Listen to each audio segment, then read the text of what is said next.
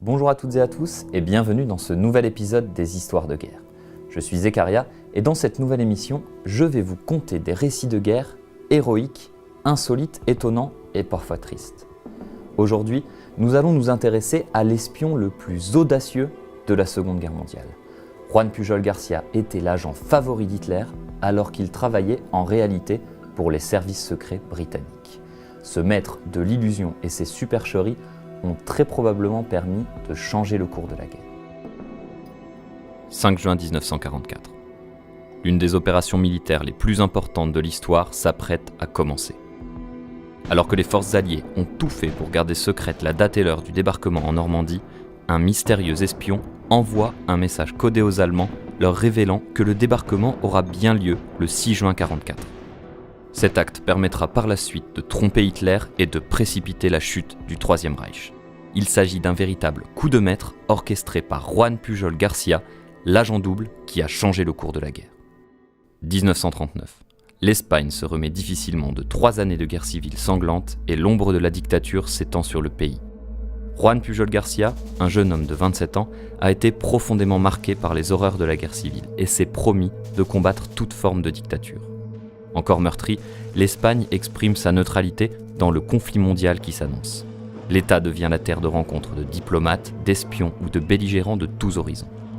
Pour servir sa cause, Pujol Garcia n'a qu'une idée en tête, devenir espion au service des Alliés.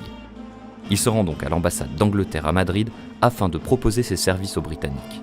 Ces derniers refusent et Juan Pujol Garcia est sèchement éconduit. Déterminé, il se crée une fausse identité de diplomate espagnol pro-nazi et franchit la porte de l'ambassade de Berlin. À l'aide d'un faux passeport diplomatique qu'il a obtenu en se faisant passer pour un membre de l'ambassade espagnole à Lisbonne auprès d'un imprimeur, il parvient à tromper les Allemands.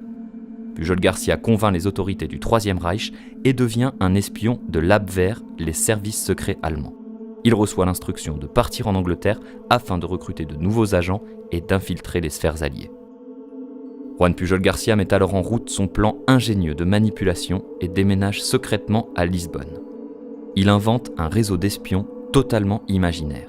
Chacun de ses agents a une histoire, une personnalité et des motivations qui lui sont propres. Pujol Garcia laisse libre cours à son imagination débordante. Muni de guides touristiques, de cartes, d'horaires de train et de magazines, il pense les faits et gestes de son réseau d'agents fictifs et écrit lui-même tous leurs rapports. Il fait ainsi croire à l'Abwehr que son réseau est très actif à Londres, alors que lui-même n'y a jamais mis les pieds. Afin que l'illusion soit parfaite, il imagine de nombreux déplacements à travers l'Angleterre, dont les frais lui sont intégralement remboursés par les Allemands. Son subtil jeu commence à porter ses fruits. L'agent gagne petit à petit la confiance des Allemands et Juan Pujol Garcia est désormais Arabelle, un espion du Reich. 1942. Pujol Garcia s'apprête à réaliser son premier coup d'éclat. Ses agents imaginaires sont formels, un important convoi se dirige vers la petite île de Malte, un point hautement stratégique pour contrôler la Méditerranée. Convaincus de la véracité de ces informations, les Allemands et leurs alliés italiens déploient des moyens considérables pour stopper ce convoi. Bombardiers, sous-marins et navires de guerre sont déroutés vers Malte. À la surprise des Allemands, aucun convoi n'apparaît à l'horizon. Cette opération est un véritable fiasco pour le Reich qui a dépensé beaucoup de moyens pour rien. Les Allemands rejettent la faute sur les Italiens et Arabelle reste leur agent de confiance. Les services secrets britanniques, qui ont suivi toutes les correspondances en secret, n'en reviennent pas que Pujol Garcia ait réussi à berner l'armée allemande. Ils souhaitent maintenant à tout prix le retrouver. Persuadés eux aussi qu'il habite en Angleterre, les agents britanniques battent la campagne, en vain. C'est finalement dans un café de Lisbonne qu'ils le rencontrent et l'invitent à venir travailler à Londres. Juan Pujol Garcia, nom de code Arabelle, devient Garbo pour les Britanniques. Son incroyable carrière d'agent double débute. Fait insolite, Pujol Garcia sera le seul agent double volontaire des services britanniques lors de la Seconde Guerre mondiale. À son arrivée à Londres, Pujol Garcia s'installe dans un bureau avec l'officier Tom Harris du MI5. Arabelle, qui a toujours la confiance indéfectible des Allemands, redouble d'imagination et agrandit son réseau d'agents fictifs. Il crée jusqu'à 23 agents fantômes et continue à inonder l'Abwehr de missives codées. Il écrit pas moins de 315 lettres d'une moyenne de 2000 mots qu'il envoie dans une boîte postale secrète à Lisbonne. Devant l'ampleur de la manipulation et la quantité de messages échangés, les services de renseignement allemands sont inondés. L'Abwehr décide donc d'arrêter tout recrutement d'agents en Angleterre. De plus, elle demande à Arabelle d'envoyer ses rapports par radio. Ni une ni deux, Pujol Garcia recrute un 24e agent fantôme au nom de code Almura, un paysan solitaire qui, comme par hasard, est passionné de radio. Afin de rester crédible, il glisse parmi le flot de chiffres et de données fallacieuses quelques renseignements exacts. Et lorsque Pujol Garcia ne transmet pas les informations faciles à obtenir aux renseignements allemands, il rejette la faute sur ses agents fictifs. Par exemple, il indique qu'un de ses espions situé à Liverpool est tombé malade et qu'il n'a pas vu un important détachement de flotte quitter le port. Afin d'appuyer sa supercherie, il fait mourir son agent et publier un avis de décès dans la presse locale. Il parvient même à convaincre les Allemands de payer une pension pour la veuve de cet agent qui n'a jamais existé. Pour l'Abwehr, Arabelle reste l'un des espions les plus fiables. Le Führer en personne lui voue une confiance indéfectible. Ce lien permettra à Juan Pujol Garcia de jouer un rôle clé dans le succès du débarquement de Normandie. Janvier 1944. L'imminence d'un débarquement sur les côtes françaises ne peut plus être cachée. Depuis plusieurs années, les Allemands se sont affairés à construire le mur de l'Atlantique, une série de fortifications couvrant l'intégralité des côtes d'Europe. La côte atlantique est jugée imprenable. Les forces alliées n'ont aucune chance de réussir leur débarquement en Normandie, sauf s'ils parviennent à faire croire aux Allemands qu'un débarquement plus important encore aura lieu à Calais. C'est le début de l'opération Fortitude.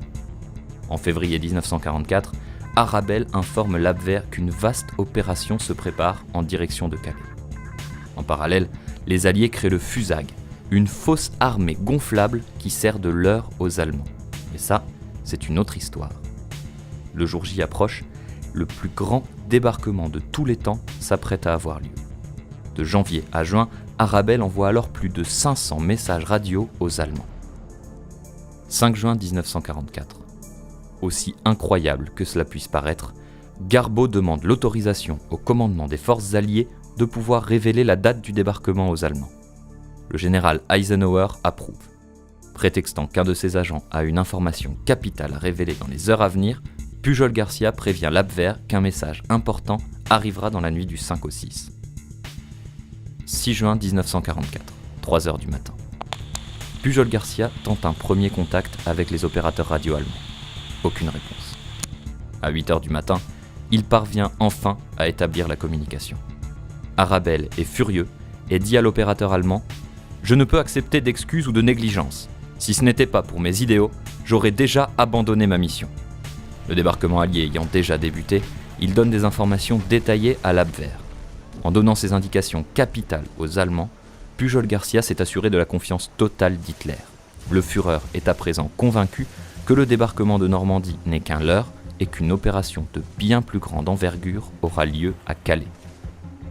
Erwin Rommel, l'un des généraux les plus brillants du Troisième Reich et grand stratège, a l'intuition que le débarquement qui a lieu en Normandie est bien celui qui compte. Il rassemble sa 15e armée et se met en route vers la Normandie.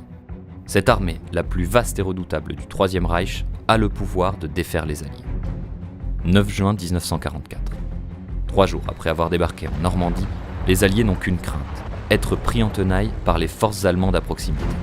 La 15e armée est aux portes de la Normandie et le sort des Alliés repose sur Juan Pujol Garcia. Dans un dernier coup de maître, il va changer le cours de la guerre. Arabelle convoque ses 4 meilleurs agents fictifs et prépare son plus grand mensonge. Au terme d'une réunion imaginaire, il est formel. L'assaut en Normandie est une diversion et le débarquement de Calais est imminent. Il envoie un ultime message à Hitler. L'assaut qui a lieu en ce moment est un piège destiné à nous obliger, nous, Allemands, à déplacer toutes nos réserves selon une stratégie précipitée que nous regretterions ultérieurement. Hitler y croit et ordonne à Rommel de retirer ses troupes. Alors que la 15e armée arrive à portée de tir des Alliés, elle fait demi-tour.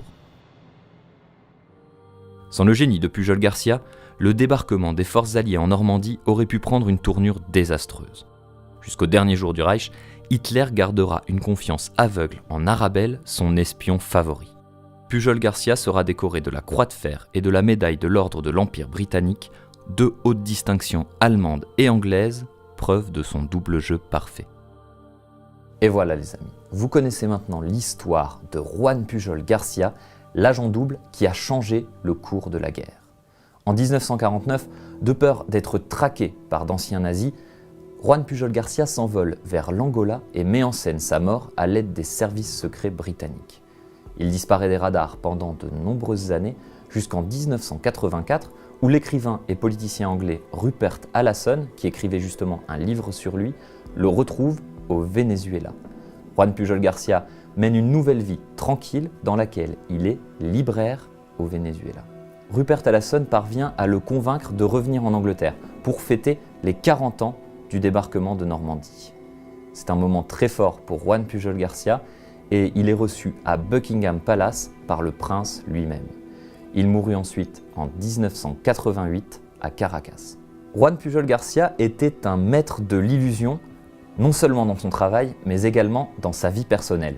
En 2016, un document a été déclassifié dans lequel on apprend que la femme de Juan Pujol Garcia ne supportait pas la vie à Londres. En 1943, elle a même menacé de se rendre à l'ambassade de Madrid pour révéler le double jeu de son mari.